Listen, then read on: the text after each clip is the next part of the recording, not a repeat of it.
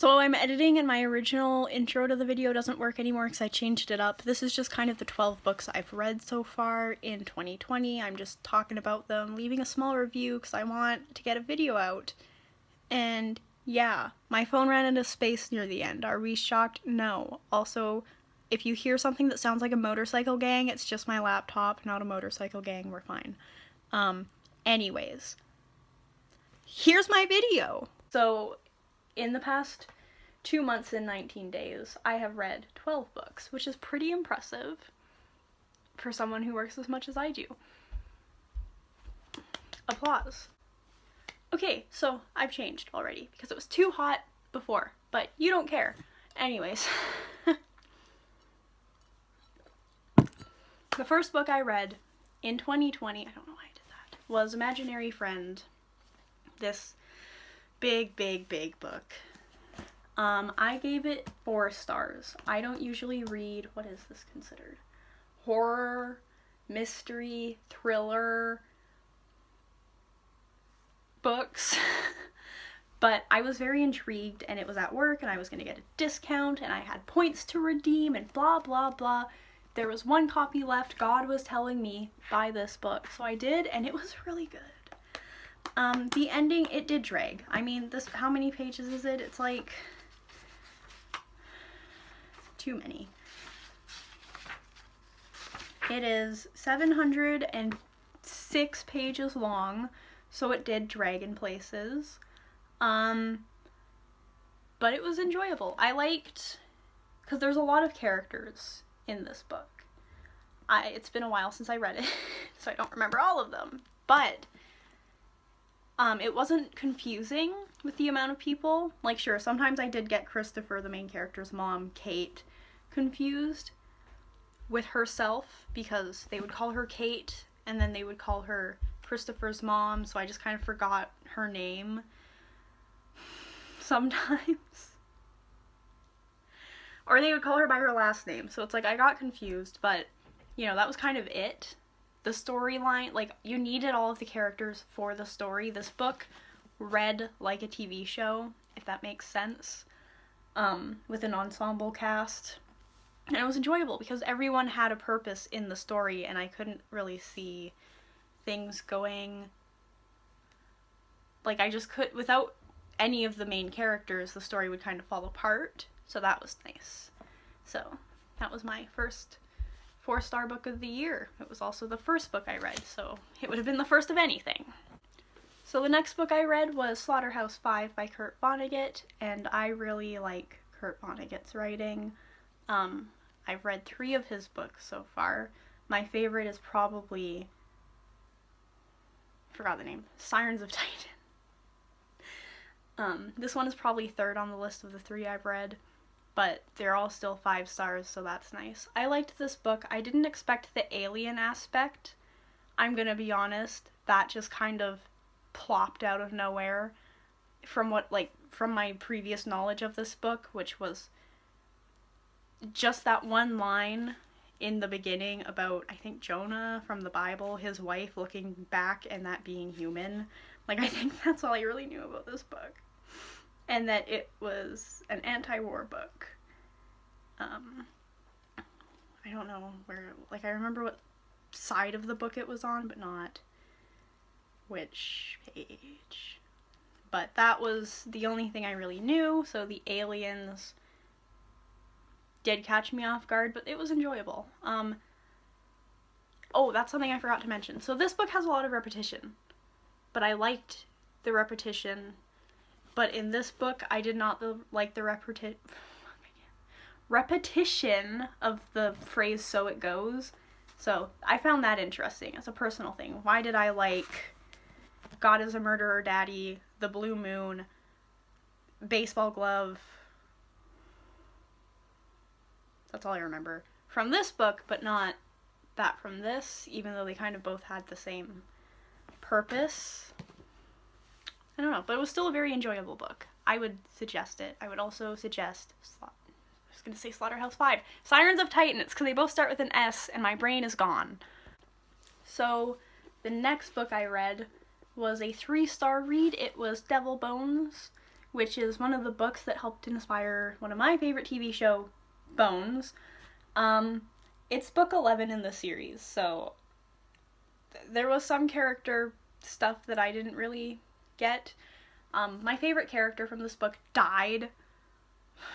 Typically my favorite character dies, but I did not think, you know, out of the random side character I grew to love, he would be the first main character to die. I think he was the only one too, so that was fun.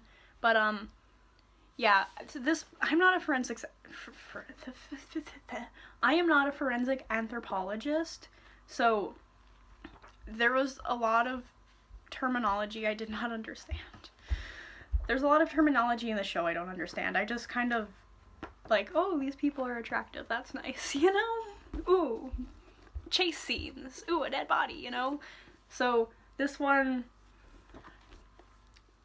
like, I as of right now, because I read this in January as well, I kind of forget the plot. I forget a lot of it.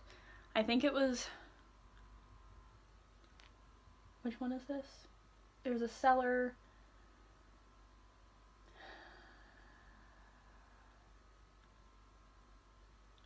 Yeah, no, I don't remember a lot of what happened in this. But I learned a lot about North Carolina and its streets. I annotated this book because I thought that would be fun, but then I didn't really write a lot because I was confused. But it was enjoyable. I would read more of the series. I have, so you'll see that soon. But, like, I would, but this one wasn't really my favorite out of the two I've read. Moving on.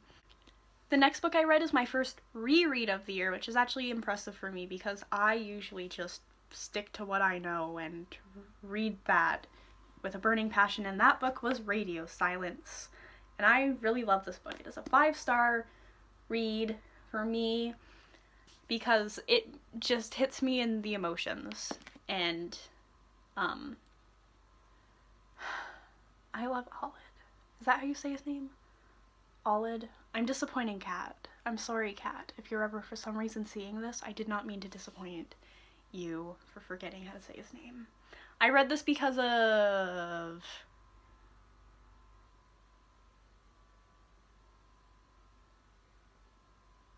Paperback Dreams. Fuck, that took me too long.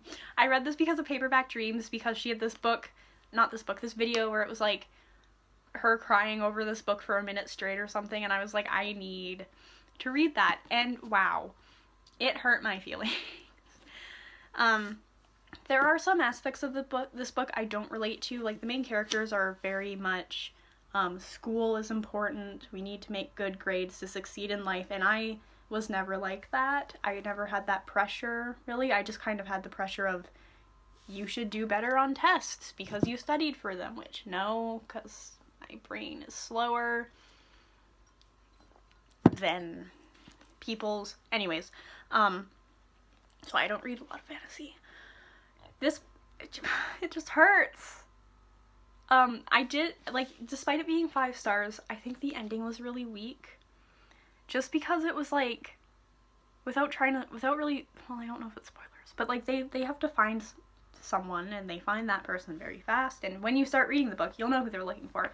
They find that person really fast, and then the mom shows up, and there's this whole scene, and it just, like, the ending, it feels like the author was trying to add action to a character-driven plot, you know? Like, it felt like she thought, okay, I'm getting to the end, I need to add a climax so people know it's the climax, and instead of it being, like, this emotionally, like, driven character moment, it was more like all these people popped up, and there was kind of a final showdown.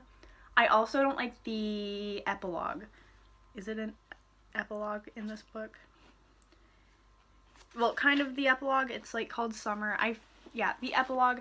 I think it could have just ended when our main character, Frances, is on the phone with her mom, and she's like, I don't know if I want to study English anymore, and her mom is like, that's okay.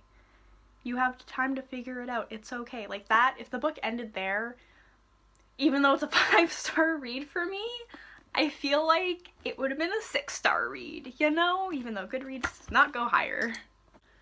So the next book I read was a 4-star read, and it is another Bones book. It is Bones to Ashes. This book hit me emotionally. My favorite character didn't die, but this one had a lot more than the other book. I wish I had annotated this one instead, because wow. Like, this one, I was just so, like, just the plot drew me in. There's this element, so the main character, Temperance Brennan, had a friend named Evangeline. Yeah, Evangeline. And one year, when, like, they saw each other during the summer, and one year Evangeline disappeared. Like, she just stopped showing up. Temperance never found out what happened to her. So there's, like, this, and the first chapter was kind of just, here's my backstory with this girl, so we already have an emotional connection to her. And then she finds a skeleton that might be her friend.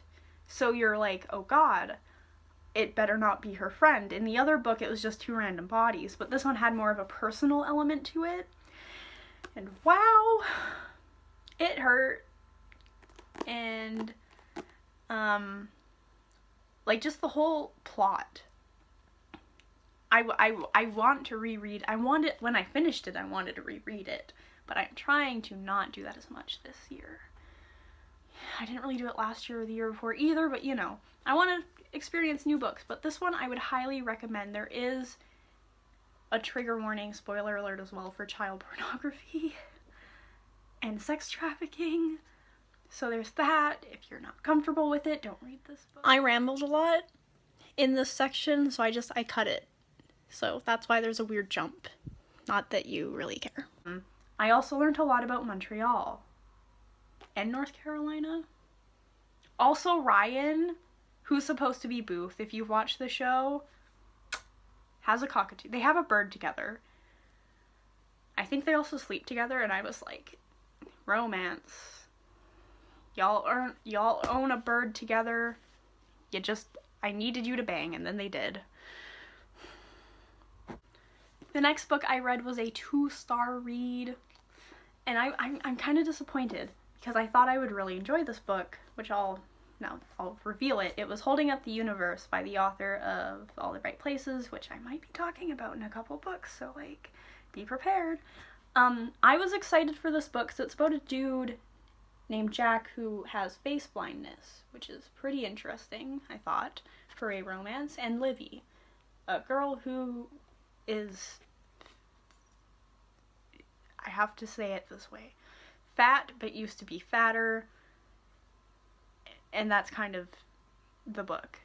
I don't remember what happened in this book, except when Jack was a young boy, he fell off his roof and hit his head, and that might be what causes his face blindness. He's also managed to hide it from his friends and family for a very long time, even though he accidentally cheats on his girlfriend, who kind of sucks, if I remember, because he can't remember what she looks like, and her cousin keeps hooking up with him. What a cousin.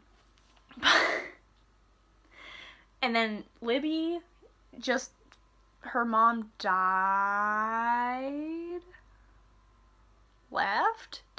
She died. She's dead. And she just got so depressed that she ate a lot, and she got so big that they had to take off the roof of her house and lift her out by a crane.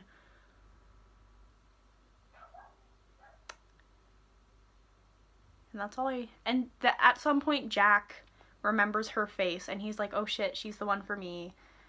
And I just didn't, like, the problem is I like Jack. He was a fun character. I really like Jennifer's male characters. Like, I don't know why, but I like her characters, but I didn't like this book. For me, it was very forgettable, because I don't remember most of the plot. But yeah, like, I wasn't that impressed, but I love the cover. Look at how pretty that is. Wow. I feel like, God, what did I write in my review?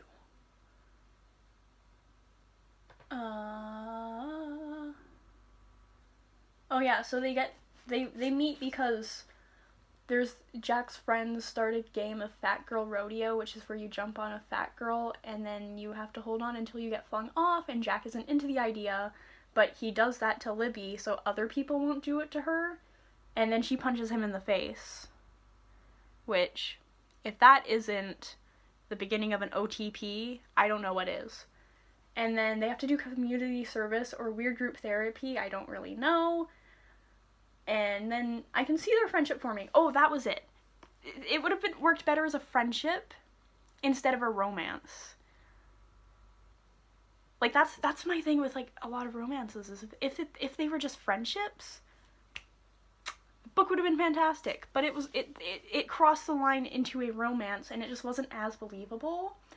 But not only a romance, says my review on Goodreads, they were in love. Also, follow my Goodreads. The link is down below, but the username is also Claire's Got Books again, because it's my second account. I wanted to restart, so find it.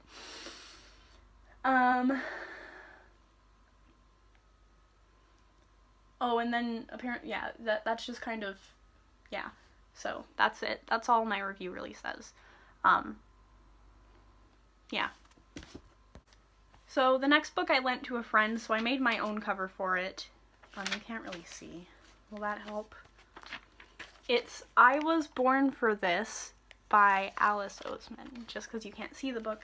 And I drew Jimmy and Angel, I forget. Yeah, that's their names. So Jimmy is in a world famous boy band that's very diverse. He's a trans man. I think there's a bisexual and like one straight guy, I don't remember. There's also racial diversity, but I don't remember it that much. But our main character is our main female character, I should say, is a Muslim. So that was cool. I don't remember a lot about this book, except that I liked the characters. I really liked Jimmy.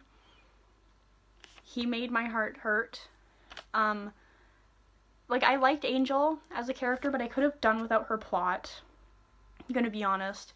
They get thrown together in the weirdest way. A fan throws a brick at another band member. I don't remember the other guys' names. And then he hides in a bathroom to have a panic attack, and then she hides in the same bathroom, and then he's like holding a knife to her, and he's like, please don't hurt me, and she's like, you're the one with the knife, but it's okay, I love you. And then he's like, do you? You don't know anything about me, ma'am. And then he loses his knife, and she has it, and then they have to meet up again to get the knife back, and then he's a breakdown and like goes home. Yeah. Like, I like the characters, I like what Alice was trying to do, but it just didn't work out that well. Especially the end, because again, a nice character-driven book just kind of had a action-y ending to it. Sorry, I'm trying to hold this down with my face. Someone got stabbed. It wasn't Jimmy, it was someone else. Spoiler alert, by the way, sorry. Someone gets stabbed and is an alcoholic, so that's all I remember. So the next book I read is my 5-star read, and it's a reread, and it was All the Right Places. I love this book so much.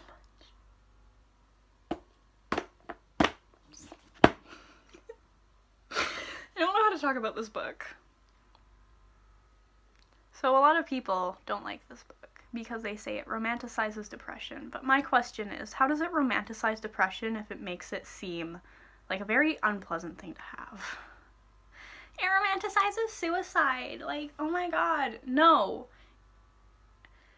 Showing the dark side of losing someone to suicide isn't romanticizing it, and people really need to understand.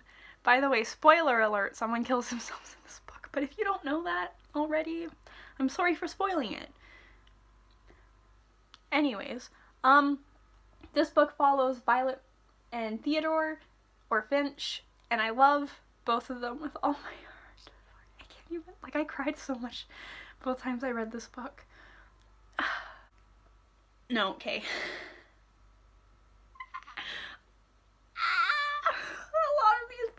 A lot of this book is just, I relate to it emotional, like, you know, it's one of those books that just really hits me.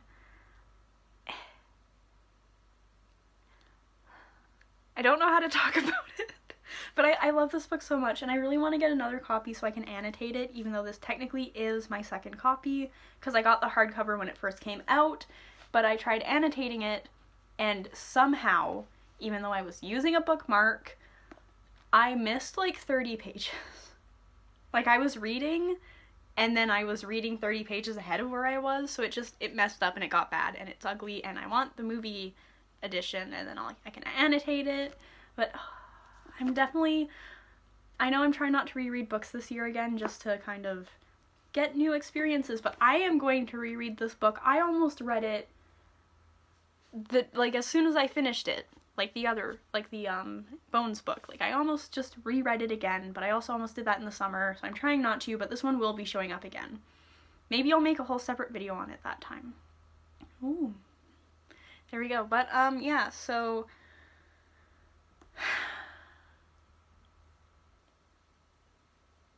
yeah, this book, I love it. I don't know how to explain it. I'll have to make a minute video of me just crying over that book, and then you guys will understand. Just like me with Cat and Radio Silence. The next book I got is a 2-star book. Fuck, you can see it. The Bromance Book Club. I'm so disappointed. Because this book sounds like it would be right up my alley. It's a romance book. It's cheesy. The main character, Gavin, is a baseball player, and his marriage is in major league trouble, says the description. So he finds out his wife, what's her name? Thea, was faking her orgasms throughout, their whole marriage, because one night they're having such great sex, she finally has an orgasm, and he's like, wait, that sounds different than usual. So then his ego is hurt, and he gives her the silent treatment for, was it a month? Something stupid. And then he's all depressed, and his baseball friends come to his hotel room, and then they're like, we have something that could help you, but you can't talk about it, you can't see your wife, you have to just trust the process.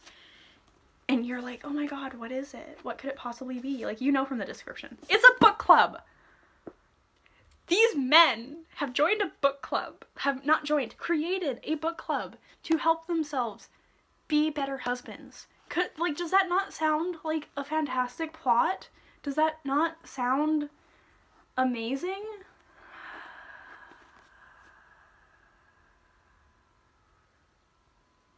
I'm fine. Not refilming this. It's already a minute in, we're just gonna... Anyways, so I was very excited. I got this book from work again. I had points to redeem, I had a discount, so it was nice that I didn't have to spend $22 plus tax on it. Because it just kind of disappointed me. I thought there would be more of the book club. I was very excited for the book club. I wanted to see these sporty men reading romance books. I don't know the one they were, courting the something. Even the romance book, we had little parts where he would be reading the book, so we would get part of the book, and it was exciting. It was like, oh my god, this is just like their relationship, blah blah blah.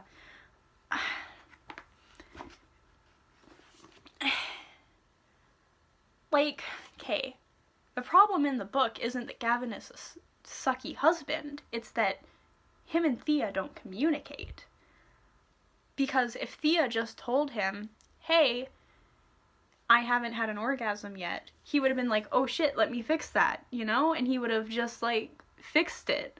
But instead, she's like, oh, I came, I'm gonna go to the bathroom, and then she quickly finishes herself. And it's like, if you didn't lie to him, you wouldn't be having these problems, So if they just talked, So with my reviews on Goodreads, I add a little quote, and the quote was, his wife was having an orgasm tonight if it killed him, which means he's very determined when they start getting back together. And I think that they do. Also, how does reading romance books help you touch a woman? Whatever. They weren't reading after, so maybe it helped. So, oh, that's the thing. I have to, because I don't really remember what I wanted to say about this book. So I wish that there had been like training montages, you know, where all of the baseball guys have, there's this one guy, I think his name is Mac. I love him. He's the only one I really care about. So there's Del and Mac, so we'll just use them. I don't remember who's who. Oh, and Yan. So we'll use all three of them. Del, Yan, and Mac. So I wanted Dan and Yan to dress Mac up because Gavin hates Mac. I don't remember why. Just kind of, they butt heads. Maybe they should have fallen in love. That would have been fucking hilarious. But so Dan and Yan are there with their little clipboards and their timer thingy, and Mac is there in his crap like dollar store wig and like, you know, a grandma dress or something, like lipstick, and he's all like, hey, and Gavin has to pretend that, you know, that's Thea and they're going on a date. Like, I wanted training montages like that. Instead it was just like, Kate, read these chapters, don't talk to your wife until we tell you to, and then you're good to go. And then Gavin talks to his wife, like the very first thing. The end of the first chapter is, I think, Mac, because I think he was Dan, because I think he was the leader. Del. Oh my god, I forgot his name. I just said it too. Is Del being like, don't talk to your wife, and Gavin is like, okay, I'm gonna do that. That sounds like a good idea. I'm gonna talk to my wife. So then it's like her point of view, and she is just taking a sledgehammer to a wall in their house, and she's like, grr, I want to paint and have an orgasm. Grr. And then Gavin shows up. That's all I don't really remember a lot of the other things. Thea doesn't fit in with the other baseball wives, and then she starts like actually like actively trash talking them because she's like, well, I'm not going to be a wife for much longer. And then they stay together because he can give her orgasms and none of their other relationship problems matter because as long as she orgasms, they're fine.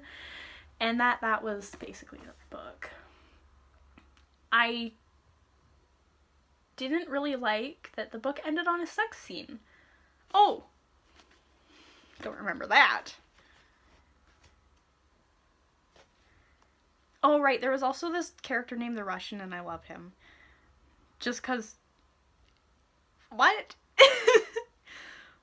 So the climax of this book isn't an actual climax. Thea's dad is getting remarried to, like, wife number 4 and blah, blah, blah. He's a man slut, and the wife is, like, Thea's age, and blah, blah, blah. Men are gross. And then Gavin and his baseball group, like, literally, I think all of the baseball guys are there, run to this wedding, even though they have to be going somewhere else for training or something, I don't know. Press tours? I don't remember. And then they all crash into the dad's wedding, and Gavin is like, I do! But it's not Thea getting married, so it doesn't have the same effect! It's fine. And then, some man is like, who are you guys? And Mac is like, my name's Braden Mac. And like, if I heard that name. Just kidding. Not that name. Oh, the Russian is named Vlad. We find that out on page 334. See, I wanted to review this book, but then I didn't. And I don't remember a lot of it, but... yeah, so I guess, yep, it's a sex scene. It ends on, like, they're having sex on this page, the book ends on this page. Even After doesn't do that, guys. Like, come on. But, I, according to my review, felt like Gavin and Thea just kind of lusted after each other instead of being in love with each other, which, from what I've talked about, I now agree with. And then it ending on a sex scene, says my review, added to the lust vibe instead of them actually loving each other. I'm running out of space on my phone, so the next book is The Riverman. It was probably most likely knowing me a 5-star read. Yep, 5. Please read this book. It's a trilogy. Please read all of the books because I can't talk about them. I'm gonna do another video once I've read them all. But please, please, I am begging you, for the love of all things that are holy, or whatever, read the frickin' Riverman. Thank you. The next book is another 5-star read. It is Seekers by Aaron Hunter. I love this book. I am filming a longer review of this when I am done all of the other ones because it's the 10th anniversary of me buying it this March. So, yeah. The next book after that I don't have to click off is another 5-star read. It is Seekers, Great Bear Lake. It is my least favorite of all of the books, but we will get into that later when I film that longer review. I have to wrap this up because my phone is out of space. Like always. But yeah, so those are the 12 books I read this year. So far. I mean, I've read this year so far. Yeah, I want book suggestions. If you know any books kind of like the ones I was talking about in this video, leave them down below. What are some of the books you've read this year that you like? Just let's start a book conversation. That's why I do these videos. I like talking about books, but I only really get, a lot of comments on my after review, so I would like to, I just want to have a chat. You know, tell me about your favorite book character. I don't know. I'm running out of space, so thank you for joining me in this video that's probably a lot longer than it should be. I hope you enjoyed it, and I will see you soon because I promise I will be posting more this year. Thank you. Have a nice day. Wash your hands.